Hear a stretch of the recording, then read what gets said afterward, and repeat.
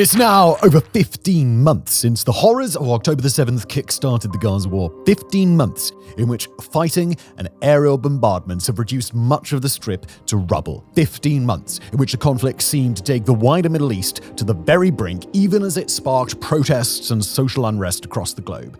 And yet, despite its permanent presence in our media, there are still some basic facts about the Gaza war which remain unknown. One of the biggest being how many people have died. Such a blind spot. It's not unusual in wartime. Both Russia and Ukraine have tried their best to keep their casualties a secret. In Sudan, the chaos and destruction are so total that all anyone can offer regarding mortality rates is a helpless shrug. But the Gaza death toll is different, in that there's so much interest swirling around it, so much seemingly riding on determining which side is right, not least regarding the fate of the genocide case lodged against Israel at the International Court of Justice by South Africa. All of which is why the new study published in The Lancet last week caused such a stir. Undertaken by researchers at the highly respected London School of Hygiene and Tropical Medicine, it used a statistical method known as capture-recapture analysis to try and reach a reasonably accurate total of those killed in the fighting. The headline figure? Between October 2023 and June 2024, the model suggested that the death toll reached 64,000, and that's a staggering number, one significantly higher even than the one published by the Hamas-run Ministry of Health, which estimated 37,877 deaths by that point. Far higher, too, than Israeli Prime Minister Benjamin Netanyahu's estimate of 30,000 dead by the end of May. If true, it would mean not only that the MOH undercounted the deaths by a factor of 40%, but also that nearly 3% of Gaza's pre-war population have been killed in the conflict. And that phrasing just then, killed in the conflict, rather than something more ambiguous like died in the conflict, is deliberate. The LSHTM researchers are keen to point out that their figures include only deaths due to violence rather than all-cause mortality. Specifically, they write that, quoting here, "The analysis does not account for non-trauma-related deaths caused by disruption to healthcare, food insecurity, inadequate water and sanitation, and disease outbreaks," end quote. According to the team, that therefore means, quoting again, the total death toll due to the war is likely to be higher. Now, given that the fighting has been ongoing since the researchers' cut-off date in June, that would imply that many more have perished since. Indeed, the LSHTM press release notes that applying the estimated under-reporting rate through to October would yield a death toll of over 70,000. They won't be surprised to hear that such an estimation is pretty controversial, not just because it exceeds all but the wildest of previous estimates, but also because of the conclusions it makes regarding about who is being killed. Per the study, quoting again, 59% of these deaths were women, children, and the elderly.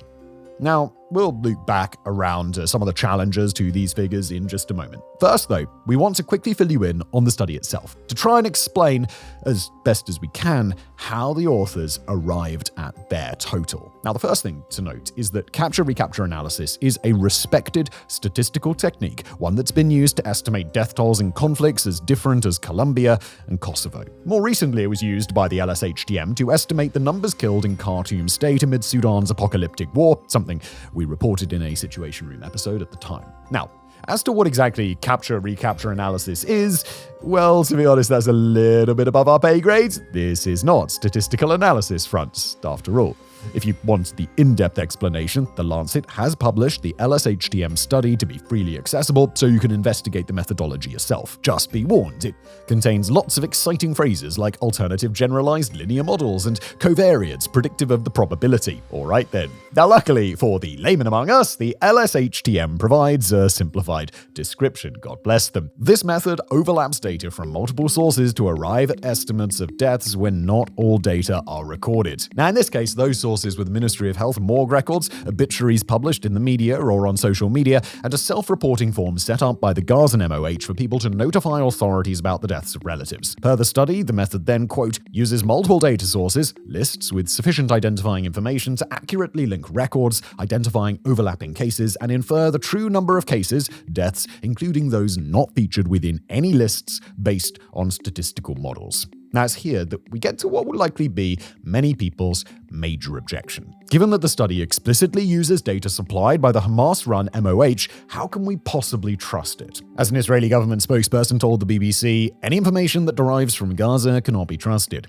And it's easy to see why they might think that. After all, it was Gaza's government media office that supplied the world with the infamous casualty ratio suggesting 70% of all those killed were women and children, something that was used by bodies like the UN for months before being debunked. An AP analysis last summer suggested the true figure is likely closer to 38%. On the other hand, there are reasons to believe that the data from MOH, which is separate from the government media office, is broadly accurate. Royal Holloway expert professor Mike Spaggett has described how, in the conflict's early stages, quoting here, "For each person killed, the MOH recorded the name, the age, the sex, and a national ID number. The national ID number is particularly important because these ID numbers are assigned by the Israeli authorities who maintain the Gazan population register." So, when the destruction of the healthcare system made this impossible, they switched to another method that, while cruder, has been used by conflict researchers for years, using media reports, including social media, to try and get a rough total of deaths. In other words, the figures that the LSHTM team is working with aren't just magicked up. They are a relatively good faith effort to track the carnage. Writing for the UK think tank Action on Armed Violence, Professor Spaggett notes that, quote, "The MOH has made a major effort to clean up its death toll list. In April, 17% of the entries had problems such as missing information, duplicates, and invalid ID numbers, while by October, only 0.2% had such problems. Still, that doesn't mean there are no critiques that can be levied at the Lancet study. In their report, the BBC cautioned that, quote, "The report's figures could be meaningfully higher or lower depending on the technical details of the analysis. For example, identifying deaths by traumatic injury in each set of data could be tricky. Getting it wrong could push the study's estimates higher or lower." So yeah, just coming right out and saying the 64,000 figure is definitely true might be taking things too far. On the other hand, it's hard to deny that it's a peer-reviewed, good faith effort to uncover the toll of this devastating war. And all of this brings us to a broader point. The only reason we're having to discuss statistical models is due to the intentional cloud of secrecy this conflict has been cloaked in. Right now, Israel is not allowing international journalists or investigators access to Gaza, meaning it's impossible for outside bodies to verify casualty records. Meanwhile, the MOH aren't transparent enough about their methodology to allow researchers to take everything they release at face value. That means we're kind of stuck relying on things like highly complex statistical models to answer what should be pretty basic questions, like how many have died. And this only gets harder when we try to figure out how many of the dead are civilians versus combatants for Hamas and other armed groups. Frankly, such secrecy around the war, it's a massive problem. Not just because it allows preposterous claims to flourish amid the information blackout, like the non-peer-reviewed letter to the Lancet last summer that claimed 186,000 had been killed, but also because of the effect the conflict will have on the globe for generations to come. For such a geographically confined war, the Gaza conflict has lit a match under the imaginations of a huge swath of the planet. The fallout consumed America's college campuses and the last year of Joe Biden's presidency. The UK was convulsed with protests. South Africa was roiled enough to open a genocide case against Israel at the ICC, while nations as far afield as Colombia broke off relations with Jerusalem. In other words, the ways millions, if not billions of people think about the Middle East may have been changed by our imperfect understanding of this conflict. One born of incomplete access, in which the closest we may have to the truth are studies like the one carried out at LSHTM. Exactly what the long-term impact of this will be is hard to say, but it's worth highlighting a few recent polling findings. In a Morning Consult survey last year, Time reported the positive view of Israel had plummeted in 42 out of 43 countries surveyed. That included not just Muslim-majority nations, but countries as diverse as Brazil, Japan, South Korea, and Britain, all of which went to net negative views of Israel, sometimes by enormous margins. Middle Eastern allies of America, meanwhile, went from viewing the US positively to negatively, all off the back of Washington's military support. And a more recent YouGov survey showed vast pluralities of Western Europeans want their governments to restrain Israel and do not want to supply military aid to Jerusalem in case of a war with Iran. Would this have happened regardless of how much access we had to accurate conflict data? Well, quite possibly. After all, the one thing the IDF and Hamas agree on is that tens of thousands have died. But amid an information blackout, it's easy for rumors and disinformation to start swirling. Israel may feel it has perfectly good reasons for restricting access to Gaza, but it's hard to see how the damage to its global reputation could be worse than it is now. And it's impossible to predict what long-term effects this wave of ill feeling could ultimately unleash.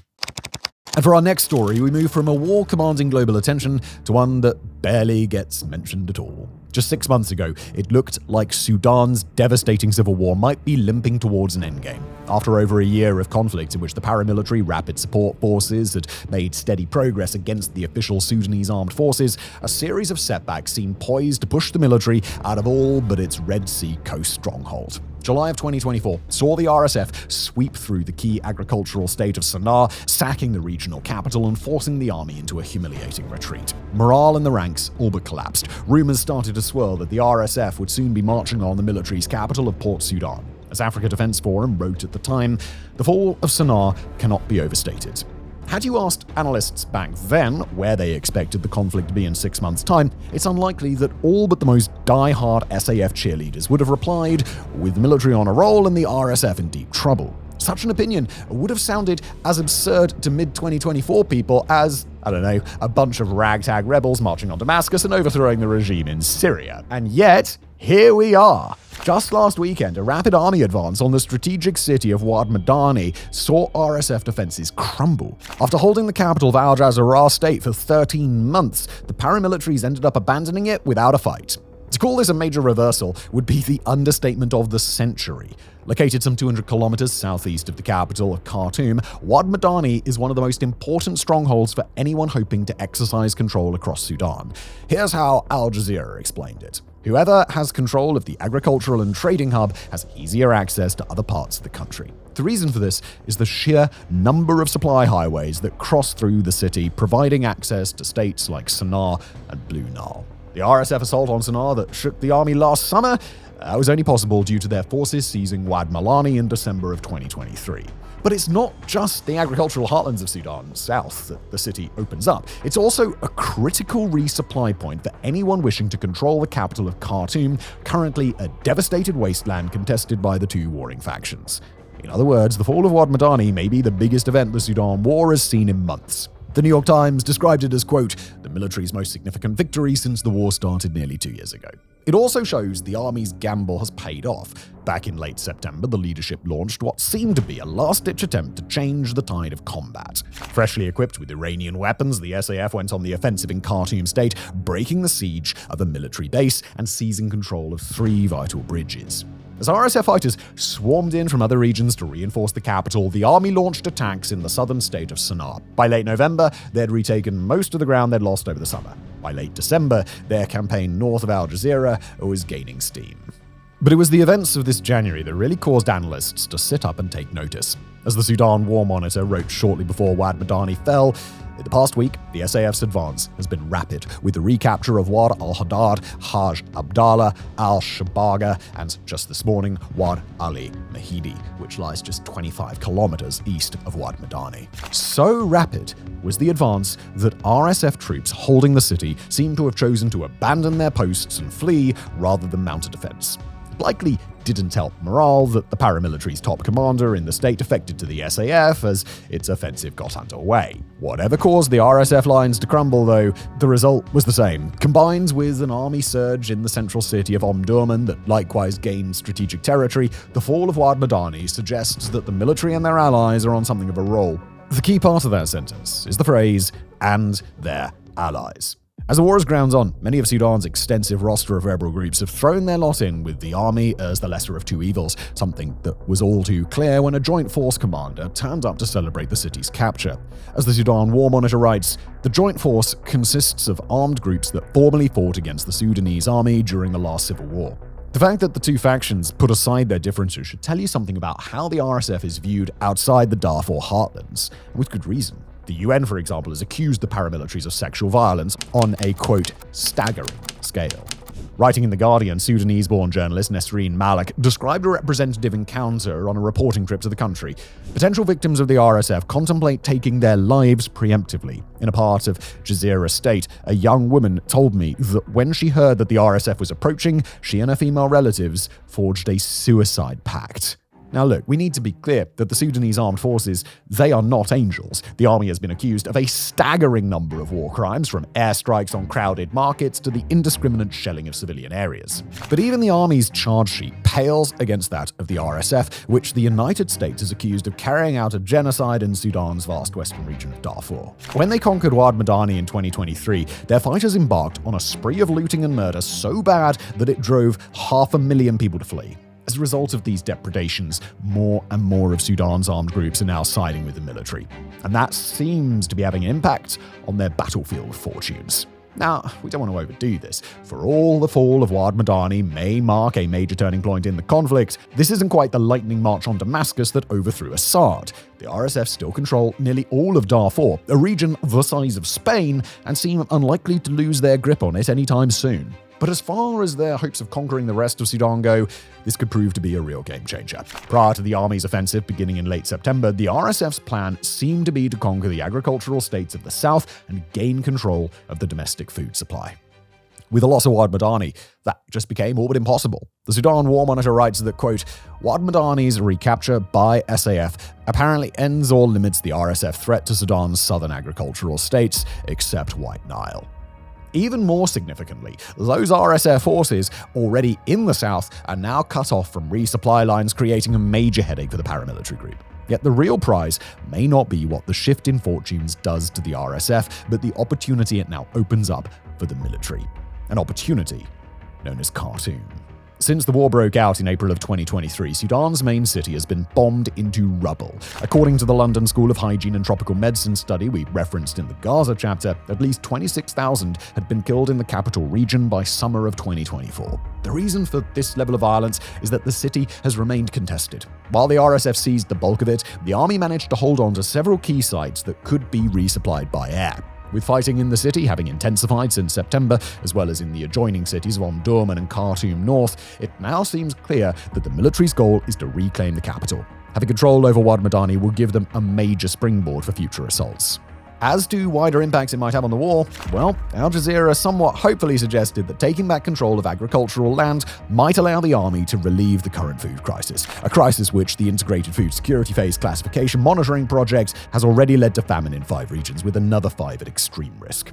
But this kinda ignores the fact that the army has been complicit in Sudan's food crisis, withholding desperately needed aid from civilian areas under RSF control. As such, believing that they might now save the country from a starvation they're helping inflict seems a little fanciful. Overall then, the capture of this one city seems unlikely to halt the carnage that has turned Sudan into the world's worst humanitarian disaster zone, a place where over 150,000 have been killed, nearly 12 million turned into refugees, and where tens of millions teeter on the brink of starvation. Yet it may still mark something vital. The beginning of a new phase in the war, one in which the Rapid Support Forces may see their early successes reversed on a grand scale. It may be too early to tell how Sudan's apocalyptic war will ultimately end, but with the news out of Wad Madani last weekend, that end may now, at least finally, be in sight. And in our final story of the day, we turn to the border between Syria and Turkey, where, as we and a wide range of geopolitical analysts predicted, all signs now point to battle. The issue at hand is the long-running animosity between the nation of Turkey, Syria's northern neighbor, and the ethnic Kurdish population in the Middle East, who have enjoyed functionally autonomous rule in their enclave government of Rojava in northeast Syria for years now. Unlike a range of other bitter tensions in Syria, the standoff between Turkey and Rojava was unlikely to de-escalate, simply because Bashar al-Assad was toppled from power, and we can now confirm that the reality is very much the opposite. The warning flags in this area have been flying ever since the early December defeat of the Assad regime in Damascus, but the biggest, brightest red flag to date first flew on January the 6th of 2025. On that day, Turkey's Foreign Minister Hakan Fidan stated that the eradication of a Kurdish militia known as the YPG is, quote, imminent in Syria, and that Turkey would refuse to agree to any policy in Syria that allowed the YPG to remain. The YPG are, among other things, the leader of the Syrian Democratic Forces, the Kurdish-led coalition paramilitary that ensures the security of the Rojava Autonomous US government and draws considerable support from the US and much of Europe. For Turkey, the Syrian Democratic Forces, or SDF's, role in stabilizing northern and eastern Syria is dismissed outright, even in the face of a resurgent Islamic State organization that the SDF is essential in combating, but that Turkey denies the existence of outright. Those January the 6th remarks weren't exactly a surprise, but a validation of what much of the world feared would happen to the Kurds now that the situation in Syria has been flipped on its head. And after those early remarks, more and worse followed behind it. In the first half of the month of January, dozens of Kurdish fighters and members of pro-Turkey Syrian militias have been killed in a range of clashes and skirmishes, with some estimates suggesting that the death toll is now over 100. Kurdish forces have indicated that they may cede areas like the city of Kobani, they once vowed a staunch offensive, and have mostly pulled their troops back from now poorly defended detention camps for Islamic State fighters, sacrificing those detention camps in order to consolidate their defenses around Kurdish population centers. Turkey has continued a campaign of airstrikes, although those airstrikes are nowhere near as total or as ruinous as they would be if Turkey chose to engage in an all-out offensive, as many fear it will. Conflict has increasingly focused on the key Tishrin Dam on the river Euphrates in Aleppo province, where pro-Turkish elements are strong, but Kurdish forces maintain control over the dam for now. Amidst accusations by Turkey that they were being used as human shields, Kurdish protesters have gathered in large numbers to call for an end to Turkey's airstrikes. Those airstrikes risk damaging or even collapsing the dam, which provides essential water and electricity to the region and would risk major flooding downstream if catastrophe struck. At times, fighting around the dam has become heavy. Elsewhere, in and around the city of Manbij, the Syrian Observatory for Human Rights, a UK-based war monitor, indicated that at least 322 people have been killed in fighting in the last month. The group's most recent update at the time of writing showed 37 more people killed since last count, including 6 SDF fighters, 5 civilians, and 26 pro-Turkish militiamen. The dire situation around the dam and around Manbij underscores a far broader reality of this conflict, that although Kurdish forces are relatively strong for a Syrian fighting faction, and despite their backing from the United States, they are not equipped to stand against a large-scale Turkish military offensive without international support that they're unlikely to get. Incoming US President Donald Trump, still president-elect at the time this episode comes out, is expected to cede control of this conflict zone to Turkey, even further diminishing the diplomatic cover that the Kurds of Rojava might have otherwise hoped for. As a result of their tenuous situation, Kurdish leaders have declined to retaliate at scale against pro-Turkish militias or launch any sort of preemptive strike against Turkey, instead making overtures to the new Syrian government to intervene and establish a ceasefire, and expressing Rojava's support for, quote, the unity and integrity of Syrian territory.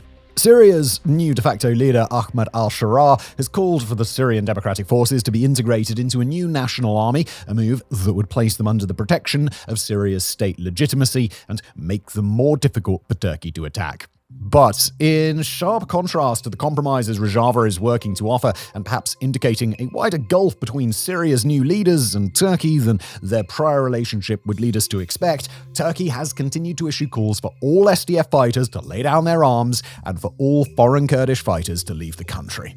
The penalty for non-compliance, according to Turkey, is a full-scale military offensive. That's a promise that Turkey's foreign minister reiterated on January the 8th, explaining that in regard to Kurdish Rojava, quote, the ultimatum we gave them through the Americans is obvious. It's perhaps unsurprising that Turkey is so dedicated to Kurdish disarmament in Syria. After all, the YPG that Turkey so despises is accused of close affiliations with a decades-long Kurdish insurgency in Syria, the PKK, that the US, the EU, and most of the Western world considers to be a terrorist organization.